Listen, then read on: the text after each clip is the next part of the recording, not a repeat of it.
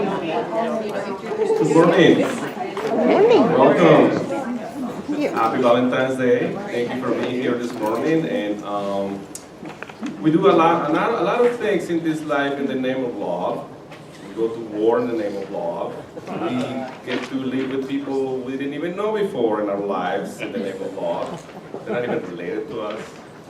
We share lives. They share our ventures and disventures and misventures. And we even take under weird tasks in the name of love. But is it really in the name of love? And we're going to find out more today about those possibilities. And I'm very pleased to welcome you all this morning to our Creative Collaboration Series. It's been a very intense week for the Confluencenter. We had this great event at Playground on Wednesday with Professor Brian Carter about augmented realities. And we're really happy to see you here today and continue this incredible series of events that Dr. Paula Fan has masterminded over the course of the last 2 years. And I really wanna again credit Paula for her creative passion and love for what she does. Even though she claims to be in retirement, we don't believe this. Every time we're here, we see many interesting things. And I'm also pleased to welcome our colleague, Professor David Sbarra. He's an associate professor and director of clinical training in the Department of Psychology here at the U of A. He completed his residency in clinical psychology at the University of Wisconsin in the Department of Psychiatry and received his doctoral degree from the University of Virginia in 2004. His undergraduate training was conducted at Cornell University in the Department of Human Development. Dave's research rests at the intersection of clinical, social, and health psychology with a primary focus on close relationships and health. Wow. He has published over 60 peer-reviewed papers and book chapters, many of which study the stressful life event of divorce. He's the PI on Research and Training Awards from the National Science Foundation and the National Institutes of Health, and his research has been featured in many popular press outlets, including the New York Times, The Atlantic, and on NPR. He maintains a small psychotherapy practice in Tucson, Arizona. Good to know. Welcome. And with that, help me welcome Paula and her guest and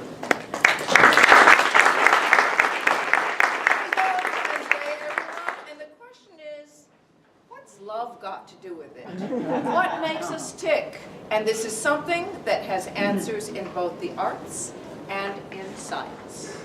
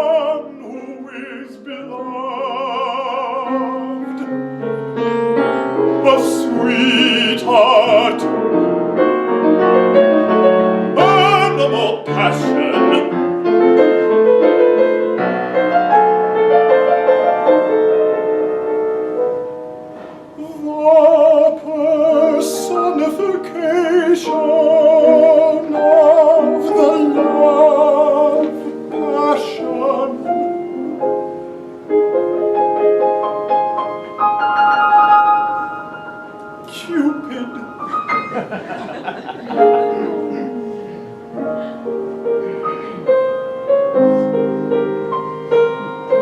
In some games, as tennis, nothing.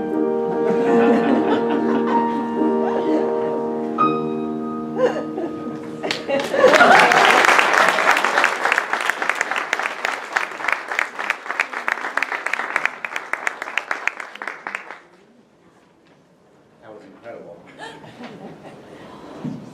think I'm sort of too in awe to speak, but I will not let that hold me back.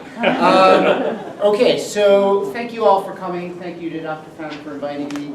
Thank you to our beautiful singers, and happy Valentine's Day to all of you. I'm so pleased to be here and to talk about the science of close relationships. And I'm a clinical psychologist, a couples therapist, and I'm a relationship scientist. And it's easy to be a relationship scientist on Valentine's Day, very difficult on all the other days of the year when no one cares about what you're doing or what you study. So I want to say a little more about why I'm here and why we got the creative collaboration going and how we've organized today. One of the main reasons I'm here is because the centrality of relationships in our lives has taken on, or is taking on, unprecedented, is getting unprecedented attention in the popular media and in our everyday consciousness. We're learning things day by day, week by week, that we never knew before about the way we are inherently a social species. And, you know, 40 years ago, William Proxmire, anyone from Wisconsin? William Proxmire, senator from Wisconsin, bestowed upon the first romantic study of love a Golden Fleece Award. So U.S. Senate bestowed a Golden Fleece Award on the romantic study of love. The Fleece Award was for the fleecing of the U.S. taxpayer by the National Science Foundation for these paltry scientific endeavors to understand romantic notions that we don't need to understand in the first place. Well, we know a tremendous amount about these things, and although we think about the mind being a social mind, and we think about the centrality of relationships, and that has many tentacles, that statement. Today we're just going to focus on romantic love, and we're going to organize our presentation in terms of a sort of framework of the seasons of love. And not all relationships follow all the seasons, but we'll start with attraction and talk about how people are coming together, and then we'll talk about how people fall in love. We'll talk about maintaining, evolving, and devolving. Not all relationships devolve, but we'll focus on that a little bit. And then we'll focus on relationships transitions and what happens when relationships end. So we've choreographed our collaboration to correspond roughly to the seasons of love. And I want to start by talking about attraction. And so I'll just say a few words about this. And my goal here is really to introduce you to some of the relevant science and to suggest that this is a very vibrant and exciting area of research, and there's a lot of work that's done that has profound implications for how we live our lives. So, matchmaking. How do people get together in the first place? If you are single, you can go on the internet today and find a matchmaker. And matchmaking has been done for hundreds, if not thousands of years. And today, like everything else, it's exported to the web. And if you are rich and don't have time to look around, you can pay someone to find you an ideal mate. And then you can sort of organize things accordingly. So the first question is, what do we find attractive? What does the science tell us about what is attractive? And I want to introduce you to an interesting study that I think is sort of mildly humorous, but informative in many ways. And that is the so-called pratfall effect. And so in the mid-60s, a bunch of researchers were asking the question of what it means to be attracted to someone, and what are the characteristics that we find attractive. So if you have an expansive lexicon and your vocabulary is very large, you know that the word pratfall means to fall on your bum in a sort of hilarious way. And the researchers doing this work revealed the pratfall effect as follows. That they did a study about the characteristics that people find attractive. And here's what they did. So this was women in the study, and that women listen to audio tapes of men being interviewed for a trivia show contest. And then they varied the tapes that they listened to, the audio recordings that they listened to. And they had the men answering trivia responses and demonstrating their intellectual prowess. Now, the comparison that I want to point out here, and this is the pratfall effect, is that there was one person who was very smooth, answered all the questions, a real genius. And there was another person who did the same thing, and then right as the task ended, spilled soda all over himself. And you could hear him on the recording, oh my goodness gracious, I spilled soda, I'm such a mess here. Who do you think women found attractive? It's the pratfall. But the real question here is why? What is this all about? And in the pratfall effect, we see ourselves. We see ourselves as being people who are smart but foible, right? And we see ourselves as making these uncharacteristic blunders. I see myself in all of that. And that's what we like. We like people who we think are like ourselves to begin. And so we're very much attracted to that. Other studies have followed this up, for example, using a method called the phantom other technique, where I ask you, for example, to fill out a questionnaire about your personality, and then I give you a bunch of attractive alternatives that are merely phantoms, where I placed aspects of your personality into the characteristics of the potential partner. Guess who you like? You like someone who's like yourself. And we can see this in other ways too. For example, there was a classic study. Well, one question is, why does this exist? And some people think about it in terms of familiarity, and we call this the mere other effect or the mere presence effect. We like things that are familiar to us. So we see ourselves, and how we see ourselves really dictates how we see others. So a classic example of this would be that researchers ask people, which of a series of pictures do you like more? Which do you find more attractive? And they were pictures of yourself and pictures of your close friends. And this is a really clever design. They used a mirror to show people the pictures. And the picture of ourselves that we prefer is the way it's represented in the mirror, because that's how we see ourselves.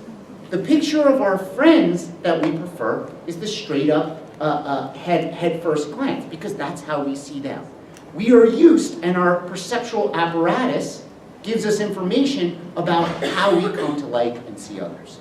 Now, if you look across the entirety of the relationship science literature, one thing stands out, and in terms of attraction, one thing stands out, and that's physical attractiveness. Now, everyone, men and women alike, say that they value honesty, sincerity. I don't mean that to be quippy. Value, like endorse valuing these things, but they're not easily seen. I'm looking out at many attractive faces, but I have no idea if you're honest or sincere people. I believe that you may be, but and so we intuit some psychological meaning to physical attractiveness, and you can look in all kinds of different areas of this body of relationship science where physical attractiveness stands out. Now, the contemporary zeitgeist, our moment, has taken advantage of this. Any of the younger people in the back want to tell me how? Just say the word. Just say it. Go ahead. Tinder. Raise your hand if you've heard of Tinder. Okay, so Tinder is an online app, Tinder, for meeting people, which is a euphemism for hooking up. And so essentially, what the app does is you see a picture of another person, and they tell you if you're in his or her proximity, and you swipe left if you like the person, find them attractive, right if you don't. And if there's a match, the program tells you that you and someone else, this person you've seen a picture of, have swiped each other in the same direction. I don't know, I've never used it, I'm married.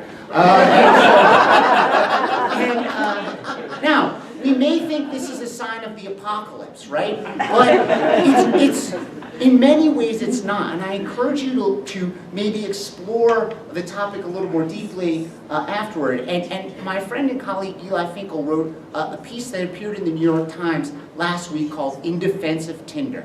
And what he said was, he's a relationship scientist, and his basic idea was that Tinder, as crude and crass as it might be, takes online dating and makes it much closer to real life dating, the way people are drawn to each other and how they move toward each other. Rather than, online dating is great because you get all kinds of options that you may not have had before, but all of them are done in this super curated way in which I spend hours and hours thinking about how I'm going to present myself and then choose the best pictures ever taken of me in my life and put them online. Whereas Tinder is a more natural approach avoidance system that happens when we're trying to meet people in real time. So there's been a lot of work about attractiveness. One study that I've always sort of come back to is that, well, there's all kinds of findings, of course you may know, and you know this intuitively, that attractive people get all the goods, right? So I was trying to explain to my 7-year-old son that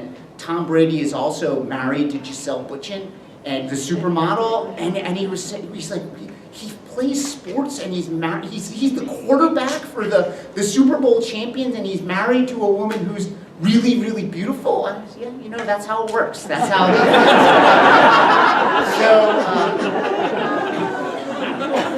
we start with the lessons early. So, okay, but here's a great study about this, is that there is something about attractiveness that makes people feel confident in how they behave, and that confidence draws out positive social engagement from other people. So in a classic study in this area, they had men interacting with women who they thought, randomly assigned to see pictures of them that they thought were very beautiful. And so they're interacting by telephone. And of course, if you think the woman, that you think your partner is very attractive, you up your social sophistication. And so the men talked to these women in a way that was much more sophisticated, much more sensitive, much more thoughtful, and much more engaging. No surprise. But the real surprise here is that if you think you're interacting with an attractive person, that causes you to change your behavior and in effect creates a self-fulfilling prophecy where that person then responds in a much more positive way. And so, you know, the rich get richer, so to speak, here, and we see how this operates. So we'll pause at this point and we'll have a song, I don't know if I should introduce it, Amor, that focuses on physical beauty and talks a little bit, talks about physical beauty and its relevance.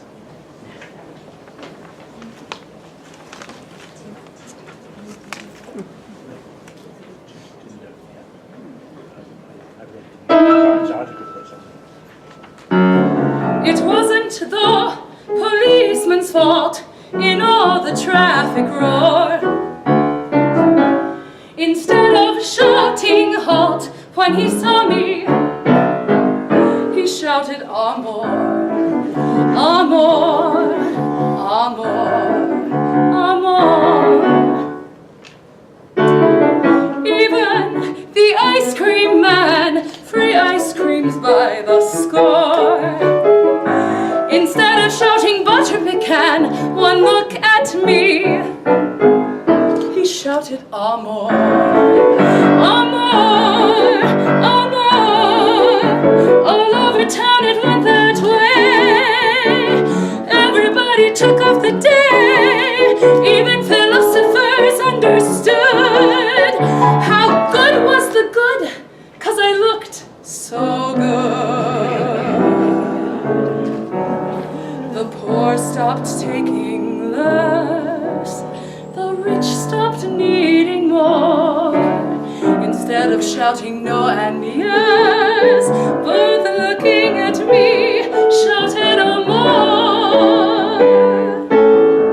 Shada-bi-dan-dan-di-da. Shada-bi-dan-dan-di-da.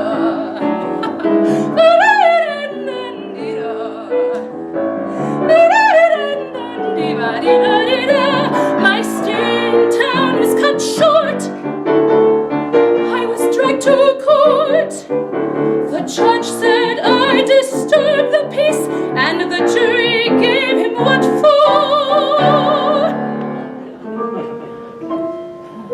The judge raised his hand, and instead of desist and cease, Judgy came to the stand, took my hand, and whispered, Amor, Amor, Amor, Amor. Night was turning into day. I walked alone away, never see that town again. But as I passed the church house door, instead of singing Amen, the choir was singing Amor,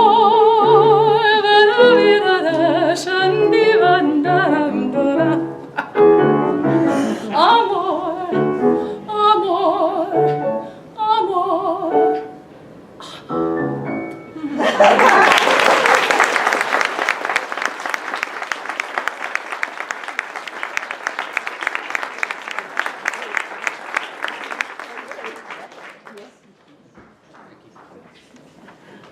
Okay, so we're going to continue the voyage here. If you have an obsessive, pathological obsession with the New York Times like I do, it's ridiculous. You following this story, Mandy Lang-Catron published an article on January 9th, To Fall in Love with Anyone, essay, to fall in love with anyone, do this. And what she was writing about was a 1997 study that was published by a relationship psychologist named Art Aaron. And in the study, Art had developed 37 questions to ask a potential partner.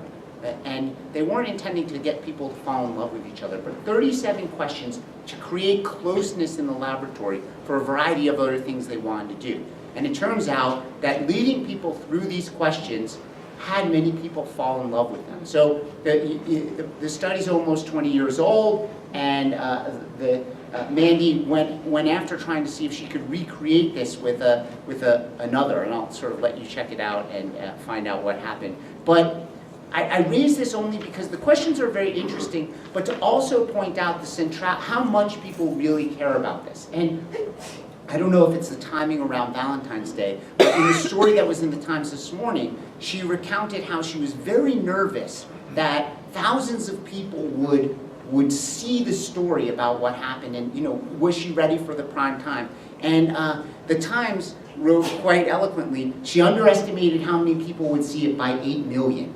So it went completely viral. And when you have cat videos on YouTube, you've hit the big time, right? And now there are parodies of the 37 questions all over. But the 37 questions capitalize on things we know about context of falling in love. And so I want to deepen the idea of attraction, the thoughts about attractiveness by to say that, attractiveness is not a static thing. It depends very heavily on the context in which we are surrounded. So this happens all the time at the single bars around campus, and we refer to this colloquially as beer goggles, that the more inebriated people get, the better potential partners look in the distance, right? So that's contextual. But one of the things that you've undoubtedly heard about is the misattribution of arousal. Right, and so in a classic study, attractive research assistant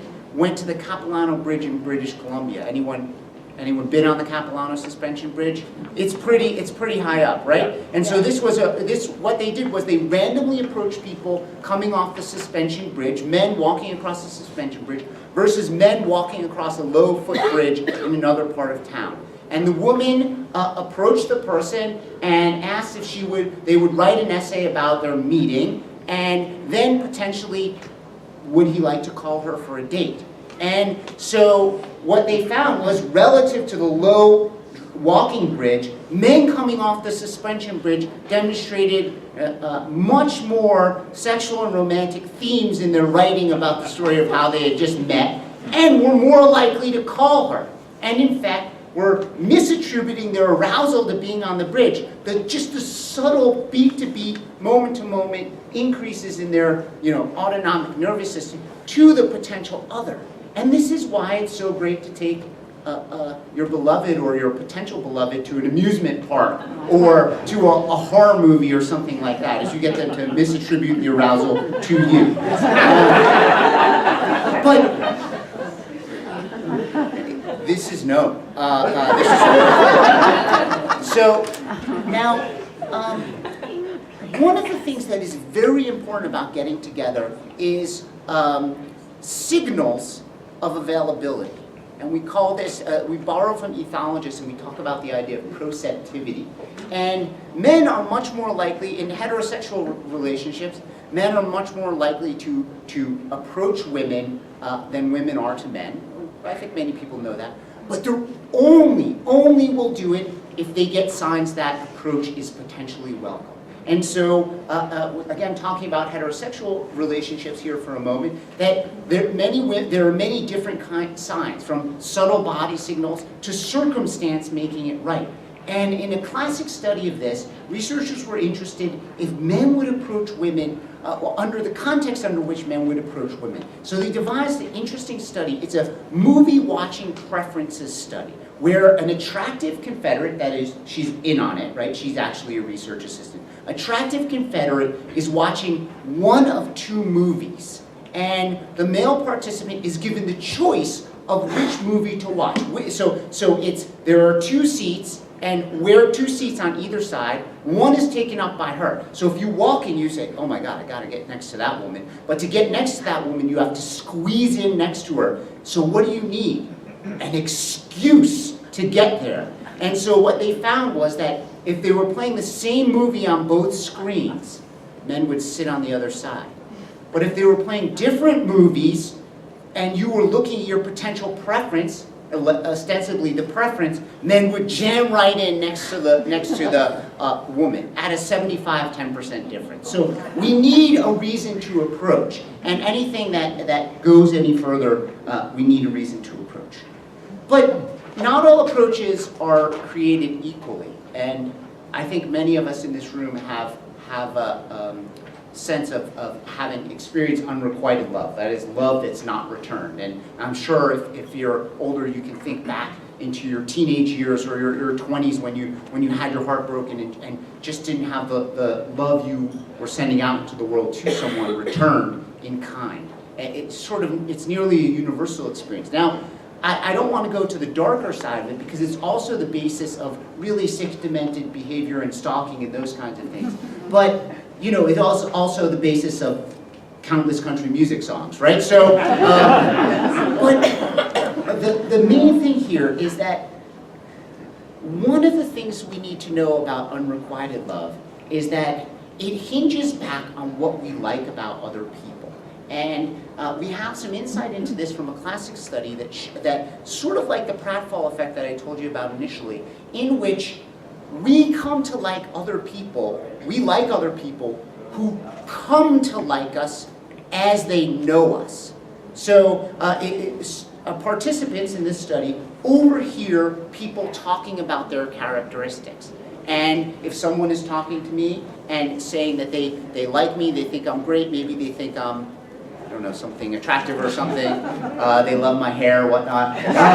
So that person is great, but who am I more attracted to is the person I overhear at one point in time saying they're not so sure about me, and maybe I'm not their type, but then later hearing that I turned out to reveal myself to be really great. This is the way I see myself. If you only got to know me, you would really like me. And this is why, what is the basis for unrequited love? This sort of fixation on the other, despite numerous signs that it's not working out and this person doesn't like you or want to be with you. The basis of it is that once they get to know me, they will surely like me. And so that really keeps us going. There are a lot of other delusional aspects of unrequited love, too, that I can tell you about. But we'll just pause here and hear a song about it. And this is called When My Darling. he's just told me why it's okay for me to like country music. And most people don't know that I do. And now I know why. My field, of course, is 19th century German song. And in the 19th century, you find as one of the primary themes, it's that of, I love her, she doesn't love me, boo-hoo. It's a bad thing. And so countless composers have written literature about this. There have been songs about love since the very early days when the troubadours wrote pieces saluting the joys and delights of the beloved. But there comes a time where the poet and the composer part company, and you find composers choosing poems of their choice. And I keep wondering, you know, Beethoven wasn't hooked up, Schubert wasn't hooked up, there must be something going on. But in this particular case, we'd like to present a song from Songs of a Wayfarer by Gustav Mahler, who himself wrote the words.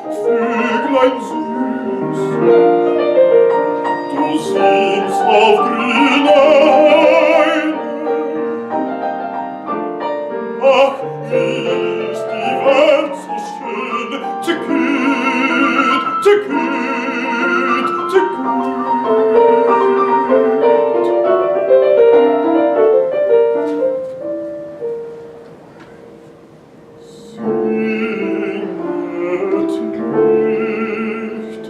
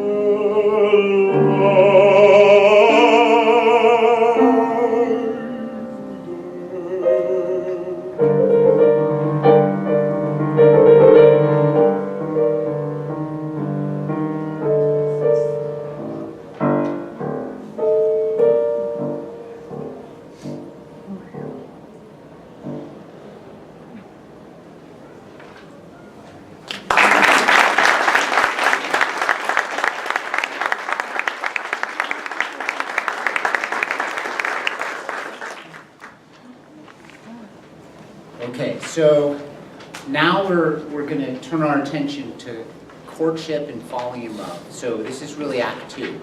And we'll get into how people come together and what it means to actually be in love. So many people believe in stage models of romantic relationships. That is, people initiate, they experiment, they intensify, they integrate, and they bond. But this really doesn't work because, from your own experiences and that of the people that you care for, we move in and out of these stages all the time, and very few things in life are completely linear. So relationships deepen and solidify through a series of turning points, right? And so how many people are aware of what it means, FBO means?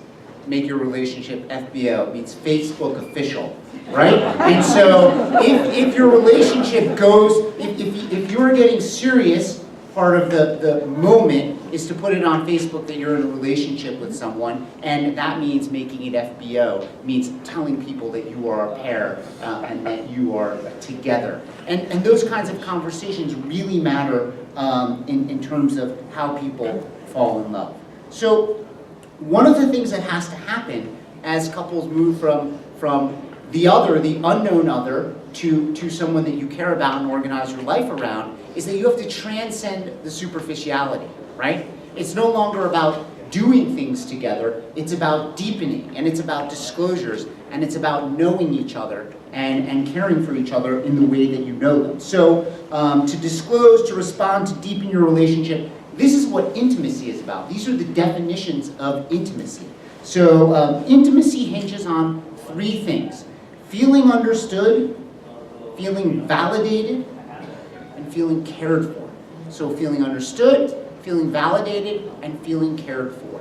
And psychologists, just like all other scientists, love jargon. And they've developed a fancy jargon for this, and we call this perceived partner responsiveness. Intimacy hinges on perceived partner responsiveness. The notion that your significant other is listening, hears you, and is responsive to you. Okay, so I'm just going to disclose something because my wife is not here and won't be here until this is over. But our most recent fight was yesterday because I was talking to her about, I don't remember what yesterday. That's out of my head. I was talking to her about something, and she was on her phone.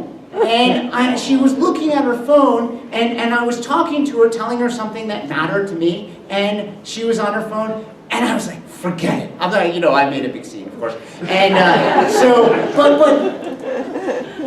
and when I've written about this topic, we've often thought about it as what I think of as the digital assault on intimacy, is that the ability to feel understood, cared for, validated, and cared for hinges on presence with your partner. And that presence is what helps people deepen their relationship. And it's central to building strong bonds here.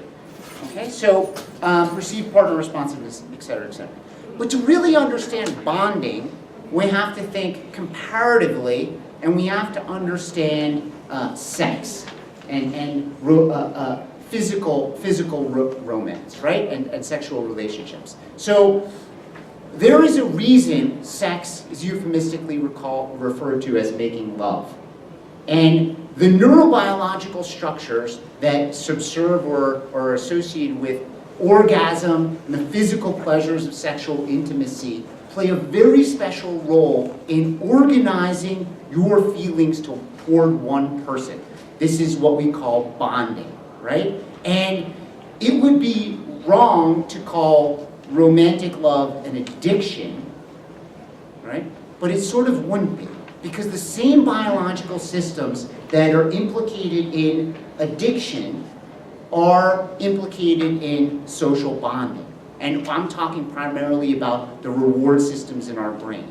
Now, what is the thing about the reward systems in our brain is that they are basically reinforcement machines. That the more you do something, the more that reward system activates, and the more the thing you did becomes highly pleasurable. And this is what bonding and the creation of attachment is really about. It's about selectively moving from someone you did not know toward a deepening relationship, toward a bonded relationship. And one level of that is psychology, but another level of that is biology and physiology. That the coming together in sexual relationship subserves the creation of that bond, and is very important, and it would be remiss not to mention it. So there are many, so how do we get to this thing called love? There are many terms and many forms for love. So I love my mom, of course, right? But not in the same way I love my wife, right? So let's make sure that's clear.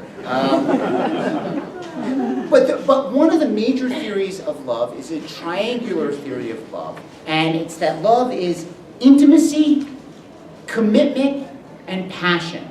Intimacy, commitment, and passion.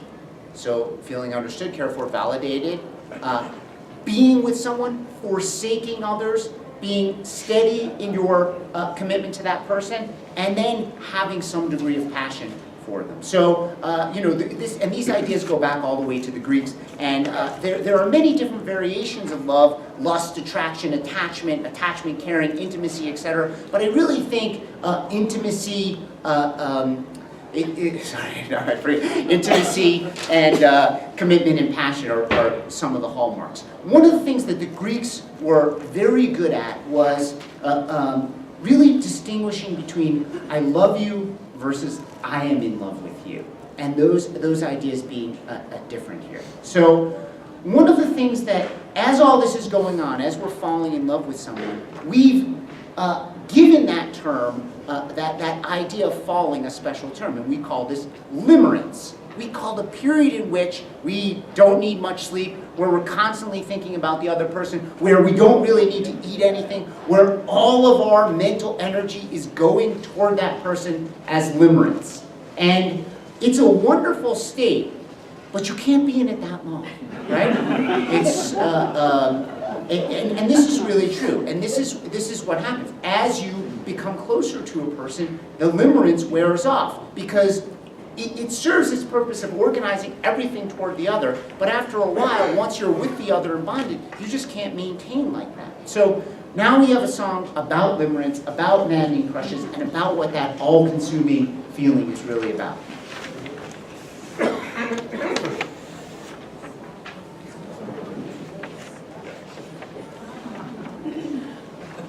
I won't tell you about my experience with Stan one time. It was not love.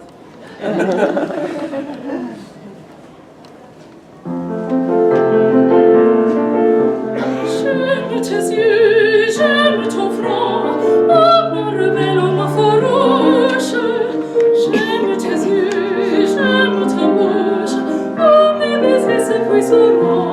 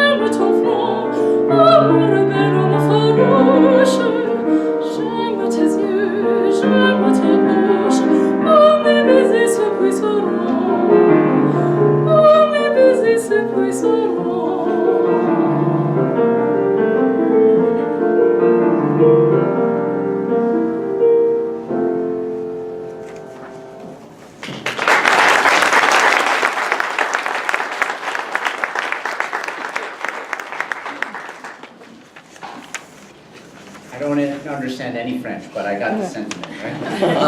Okay, so this is Act 3. 3, maintaining, evolving, and devolving. And we're going to bookend this with two songs. And we're going to start early on with a song really about commitment here, and start there and then talk about ways to maintain commitment. So these are the most applied ideas, and you know, hopefully some you can use on Valentine's Day. But so when the bond is created, when we become committed, we forsake others. And so if you're married, you agree to forsake others for all times. There's a question about whether or not that means for eternity too, right? So if you're a fan of the show Curb Your Enthusiasm, for example, there's a classic debate in which the creator, Larry David, and his wife argue about whether their bond means just for this time on the planet or for all time. She's like, because I thought I was free after I was dead, you know, so it's worth watching. So let's start here with a song about commitment. It's called Desire, and then we'll talk about ways to maintain. Before we get started, I'd like to be self-indulgent and dedicate this one to my husband. This is our...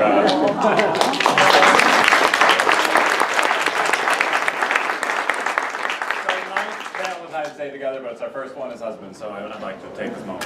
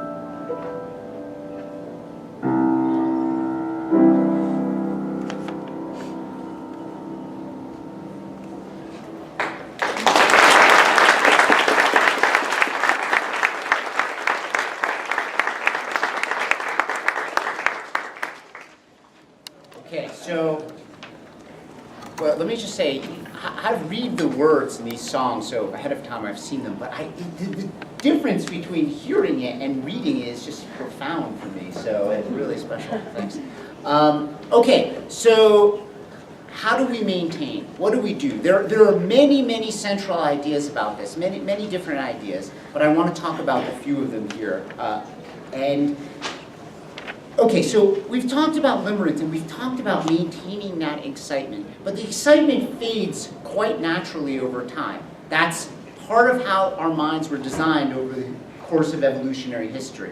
But one of the things that we know is that in order to keep relationships going with a high degree of quality, we need to expand ourselves. And what do I mean by this? That one of the reasons, what happens to people when they get into relationships is they expand their sense of self. Here I am this guy, and I see myself these kinds of ways, and I meet this guy or girl, and she or she sees himself in these kinds of ways. And as we form a relationship, I get to do hiking, I participate in musical events, I do dancing, things I've never done before, and all of a sudden, all those things are very exciting, and all of a sudden, my sense of who I am as a person is vastly expanded by my relationship.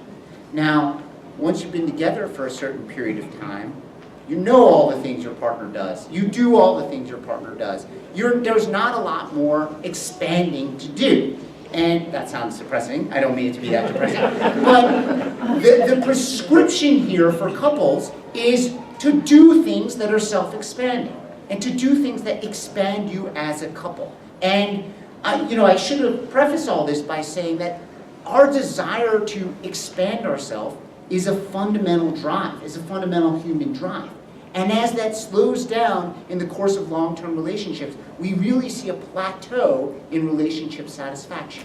So there are many studies have evaluated this, and there are a classic series of studies where the same researcher, Art Aaron, who developed those 36 questions that I mentioned, brought couples to the lab, and they asked them to do a series of super exciting activities, like navigate a maze together with a big device connected to you and try to get all over the lab. And they find that doing exciting things, doing novel things, helps couples maintain their satisfaction. Well, it's one thing in a lab, but this occurs out in our general lives too. And so they have developed a very systematic 10-week program in which they prescribed couples randomly one of two different sets of activities.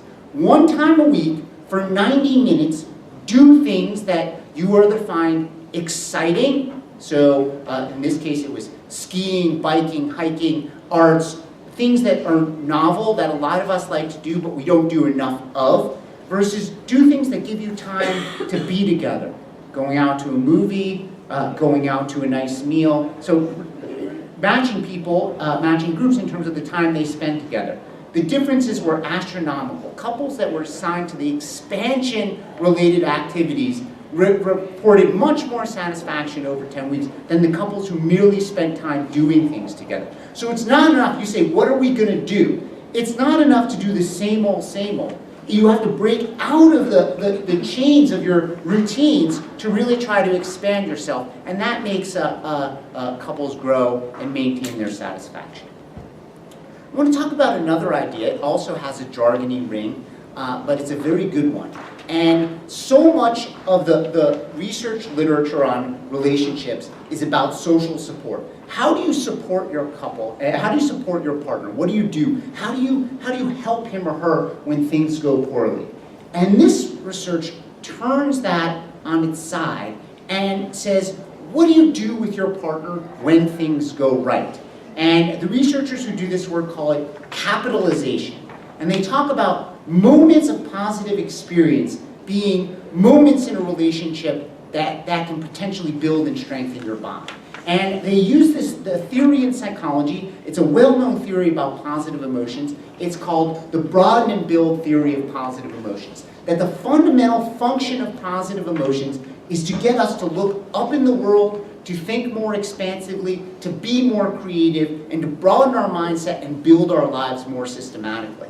And so in the capitalization idea, what they're doing is they're looking at how couples relate to each other when things go right. What do couples do when they have that opportunity to broaden and build? And the key finding here is that as on on the partner side, when someone's expressing something positive to you, I just got a raise, something great happened, I saw a wonderful friend, you're looking for moments to be constructive and active in your engagement. And essentially, there's one word that is most relevant here, to amplify that positive experience and to amplify that moment in a constructive way. You can be positive and say, that's great, honey, you know, I'm proud of you, that's super. But you can be like, oh my God, I can't believe that. And, you know, what are we gonna do? How are we gonna celebrate? How are we gonna savor this kind of thing? And that's very important also. So capitalization here really being key. There are many other things to talk about, but I wanna talk about forgiveness for a moment here, because forgiveness is central to maintaining relationship satisfaction. And there's the adage, of course, that love means never having to say you're sorry. I like to think about it as love means always having to say you're sorry. So my wife is here now, and my mom calls me Dave, I'm sorry. That's because I spill things and I'm always saying I'm sorry. So she says, Dave, I'm sorry. But in any event, forgiveness is very central because forgiveness is a mindset you take toward your partner, and it's largely about an attribution. That is an explanation for things he or she hasn't done. And when our attributions become biased, so here's how to think about it. Think about the worst roommate you ever had. Think about, some people are giggling, right? You know, think about that person, and I hope it's not your partner. And think about something fairly benign when that person left a dish in the sink. And you're like, oh my God, he did it again. I can't believe it. It's always that way. And you start making very hostile, negative attributional biases that are about that person and about what's wrong with him or her fundamentally. That is a characteristic trait about that person. Whereas you leave a dish in the sink, that's a dish in the sink, I had to go tie my shoes. I'll get back to it later. And so forgiveness is about changing those attributions. It's really about trying to look at the circumstance of what's going on for your partner to understand his or her behavior. In other words, the fundamental attribution error is saying that a person's behaviors are due to something about them and a characteristic about them per se, whereas my behavior is all about the situation. We try not to make this error. We try to forgive, and we say the context plays a large role in this. And there's all kinds of research showing that people who are able to forgive in relationships maintain the highest quality of relationships. So, two other examples here. Now I want to start talking about things that lead us out of relationships, and this is some of the darker stuff. And you know, based on all our life experiences here, we of course have some familiarity with these things. But first thing I want to talk about is what it means to live with an emotional vampire. And what I mean by this, we've heard the idea that some relationships are toxic, right? But there is something, the vampires are real in the sense that there are some people who sap our energy quite a lot.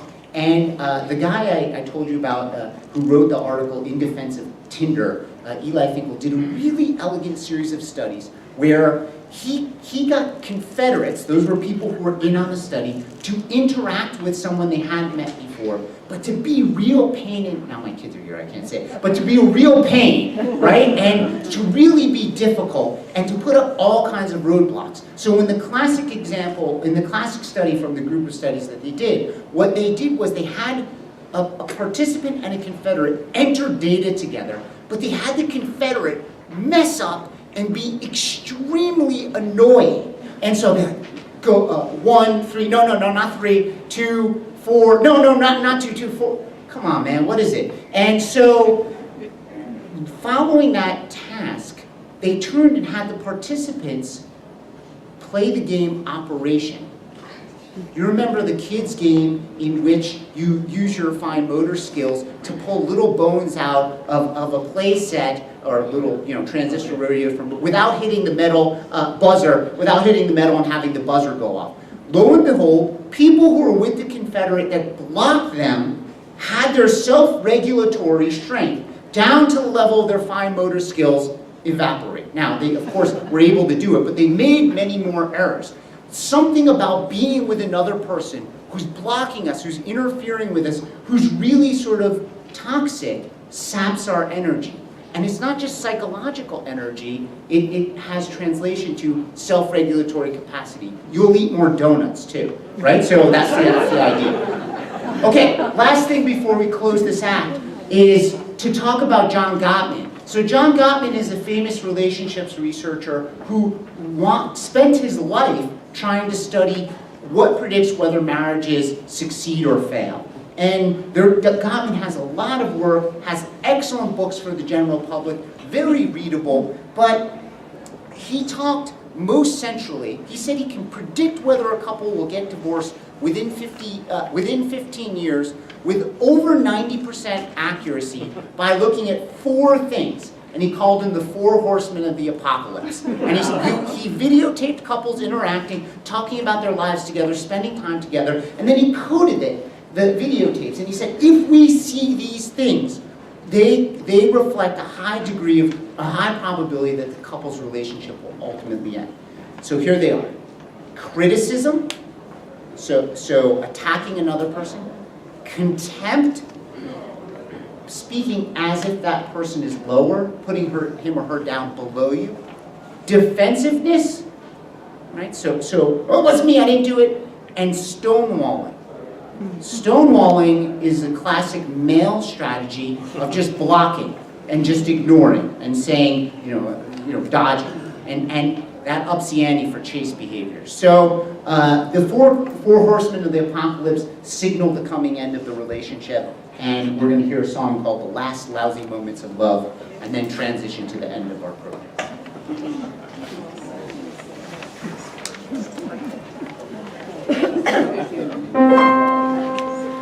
At the last lousy moments of love, he wanted to tell me the truth. At the last lousy right-hand moments of love, he wanted to tell me the truth about me, of course. Thanks, I'll need this.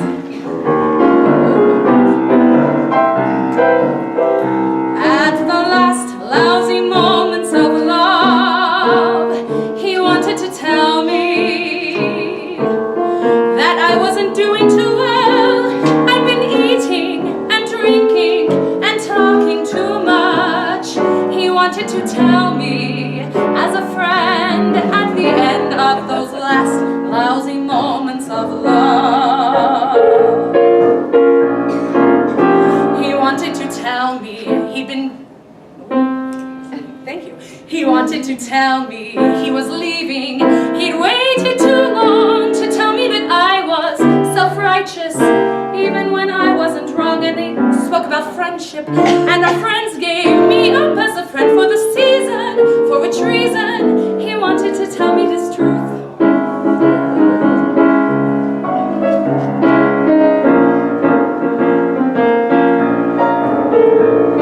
He wanted to tell me these things as a friend. He wanted to tell me, but he didn't in the end. At those last lousy moments of love,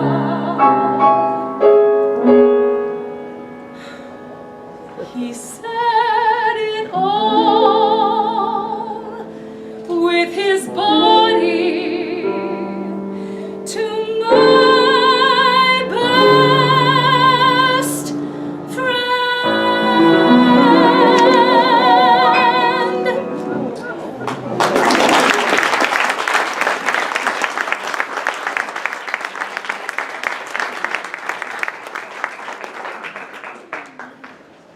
Okay, so we're in our final act. We're approaching the end of our allotted time here. So I'll wrap my part up quickly. So there are all kinds of different things we can talk about transitions. And this, for my time here at the university, I've been a professor for the last 11 years here, and I've spent a lot of time studying divorce and what happens to people after their marriage ends. And one of the things I want to talk to you today is a little bit about bereavement and widowhood. And so one of the things we know is that there is an increased risk of death and other casualties following your partner's death. And we call this the widowhood effect. And it's a robust effect. And so one of the ways we understand the importance of relationships is by thinking about what happens when they end. And so one of the things about the widowhood effect, so there's an increased risk of early death in the subsequent years after your partner dies, right? You've likely all heard about Johnny Cash and June Cash and how quickly they died, and other examples of this. But one of the things that happens, that the untold part of this story, is that for people who live a period of 3, 4, and 5 years after their partner goes, there seems to be a reversal of the effect. That is, for people who survive that immediate risk period, now maybe it's because they themselves are hardier, but and I don't know that there's a causal influence, but they develop a benefit, a survivor benefit. So as you navigate a period of risk going forward, this turns on itself, and the evidence suggests that you live longer than people who had not survived this period. So what I'm trying to point to here is sort of the silver lining of transitions. And yes, widowhood is tough. Yes, divorce is bad. But there's much more evidence about how people do well over time than there is about risk. And I have contributed quite a lot to the story about risk, and especially as it relates to divorce. And it's sort of something that I'm not, proud is not the right word, but I'm not particularly satisfied with, because there are many instances in which people do well, and what we want to try to do is think about, yes, there's risk, but how do you go about surviving, thriving, flourishing when you experience these transitions? So the end of our program is one more piece, I'll talk again, and then a duet. So this one is called I Never Knew.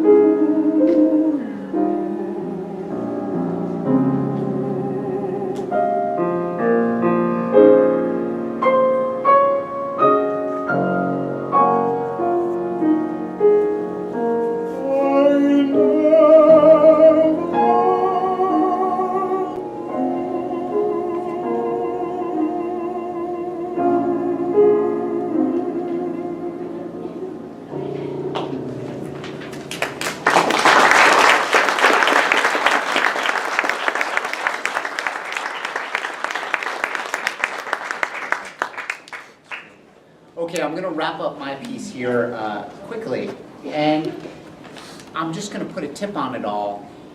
In terms of transitions and coping, I'm asked quite a lot when people separate, what is the thing I should do now? What now? What is the most important thing for coping well? And many of us are faced in our lives with the death of a partner, loss of a parent, a divorce. And I think if I were to look across all the work that we've done, the work of other things, I think psychologically there's one thing that matters most and encapsulates a lot of managing the stress of these kinds of transitions. And that is to pull yourself back together. And I don't mean pull yourself like by your bootstraps back together and toughen up and go forward, cowboy. What I mean is that, sort of hearkening back to the self-concept work and the self-expansion work that I talked about earlier, that our self-concepts are fundamentally intertwined with our partners and our close others.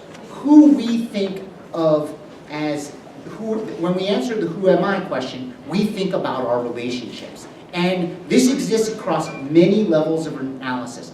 Why is it so hard to transition out of a relationship? Why is a relationship transition so hard?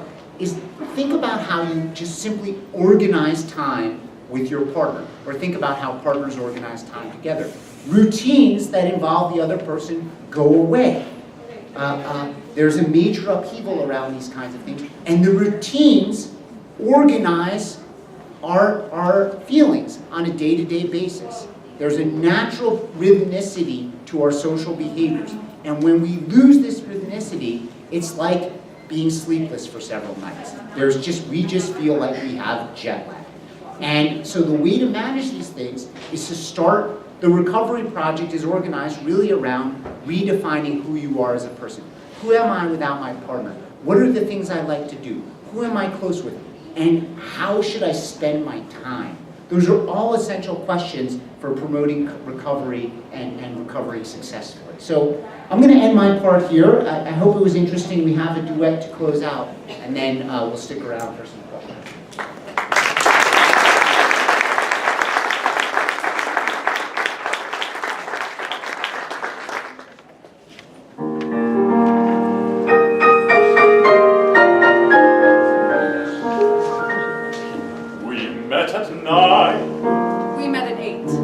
I was on time. No, you were late. Ah, yes, I remember it well. We dined with friends. We dined alone. A tenor sang. A baritone. Oh, yes, I remember it well. That dazzling April moon. There was none that night. And the month was June. That's right. That's right. It warms my heart to know that you remember still the way you do. Ah, yes, I remember it well. How often I've thought of that Friday Monday. night when we had our last rendezvous, and somehow I foolishly wondered if you might by some chance be thinking of it too. That carriage ride. You walked me home. You lost a glove? I lost a comb. Ah, yes, I remember it well. That brilliant sky. We had some rain Those Russian songs. from sunny Spain. Ah, yes, I remember it well. You wore a gown of gold. I was all in blue. Am I getting old?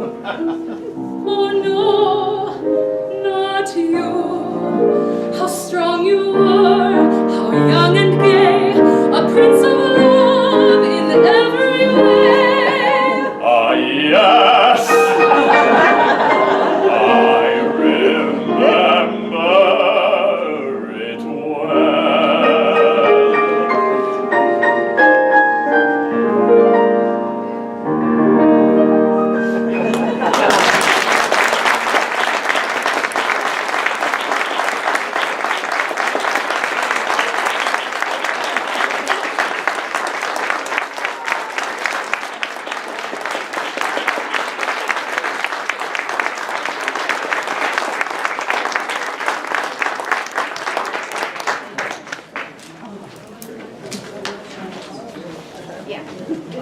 Answers?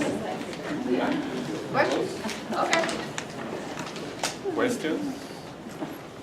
Good moment to... Yes, sure. At the beginning of the talk, you talked about people looking, finding others attractive who are most like themselves. Yes. Doesn't that debunk the theory of opposites attract? Absolutely, it's totally birds of a feather. There's no real, I mean, there's some support. Right. The question is whether or not opposites attract. And the answer is no. Bulk of the literature suggests that it's birds of a feather, and that flock together, of course, and that we are drawn to people who are similar. There is, though, a twist on that. What we come to find attractive is also often complementary features of our personality. So, you know, I'm an extrovert, and my partner is an introvert. And we like that. I wish I was more quiet. He or she wishes he or she was more loud, and those things come together. That then does us in time, you know, because it turns out that what brings many people to couples therapy are the very things that they attracted them to each other in the beginning. They come to despise. You know, he never goes out, he won't talk, he doesn't do anything, he just wants to watch TV all the time. Did you used to like that? Oh, I loved it because I'm so loud and, you know, but now I want him to go out and do something exciting. Yes, please. Thinking about the Harbor story, when we talk about love, or that Swiss movie that was out this year. The Swiss movie that was out this year. What's the name of it? Something Maillard about this. Yeah, Majeure. Force majeure. Force majeure. Was it good? Oh, yeah. Force majeure. See my kids, that's about how much movie watching we do. Yeah, no, I didn't see it, so I can't comment, no. You know what I mean? No, I don't know what you mean. It was about, well, yeah, there was a traumatic incident in Switzerland, I think, where there was an avalanche, or thought to be an avalanche, and the husband took off without protecting the family. That's a great movie.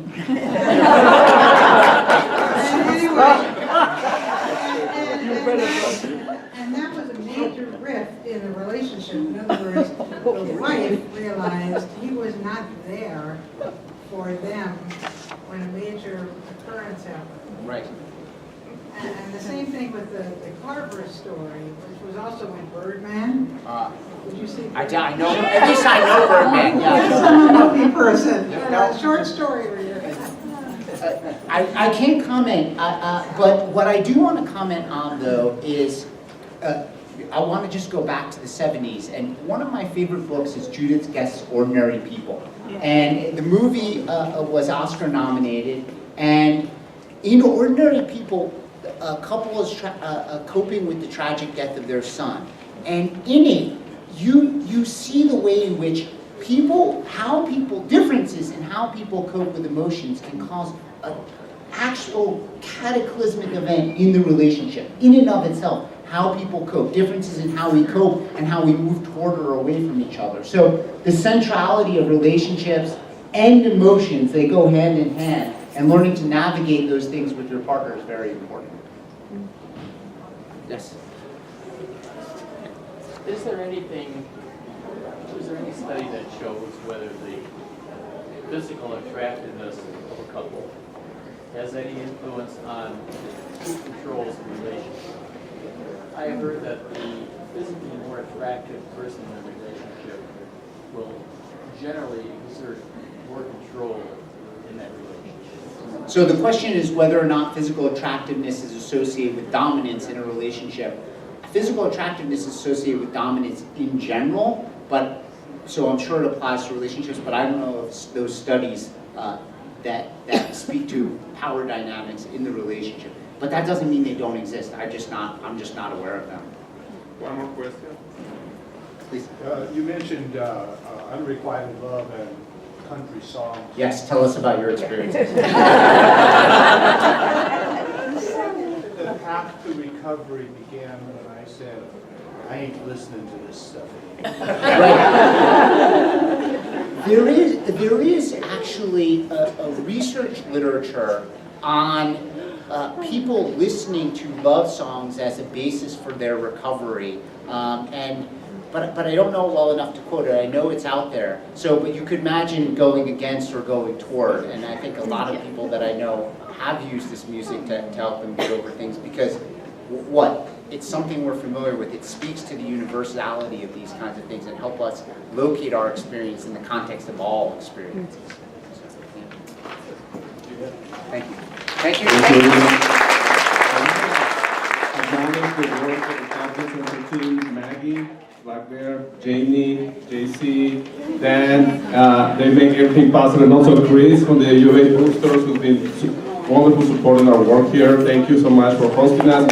And next month, we're going to have our curricular collaborations here on March 21st in celebration of National Women's History Month. And it's going to be about women in the workforce. We come a long way, that's the title. And we're also going to have our playground event on March 11th about the librarian's stereotypes. We're going to see librarians in action in a bar during happy hour telling us why the stereotype of librarians is stereotypes. So again, thank you Paula, thank you Professor Sbarra for being here, and we hope to see you next time.